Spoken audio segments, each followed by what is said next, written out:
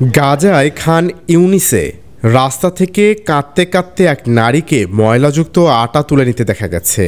ত্রাণ না পাওয়ায় তিনি রাস্তায় পড়ে থাকা আটা নিয়ে বোরকায় নিতে থাকেন।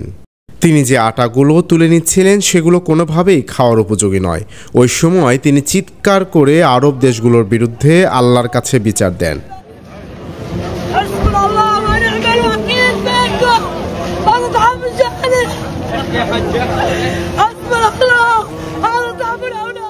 ইতোমধ্যেই সামাজিক যোগাযোগ মাধ্যমে ভিডিওটি ভাইরাল হয়েছে।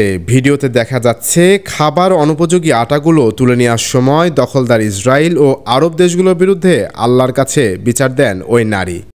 মার্কিন সংবাদ মাধ্যম CNN জানিয়েছে, দখলদার ইসরায়েল গাজায় অবরোধ আরোপ করে রাখায় জাতিসংঘ ও অন্যান্য সংস্থাগুলো দুর্ভিক্ষের ব্যাপারে সতর্কতা দিয়ে আসছে, যার চিত্র ফুটে উঠছে এখন।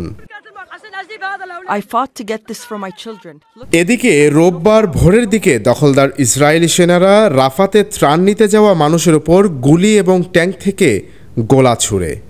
এতে অন্তত ৩৯ জন নিহত হয়েছেন, এছাড়াও আহত হয়েছেন ২২০ জন।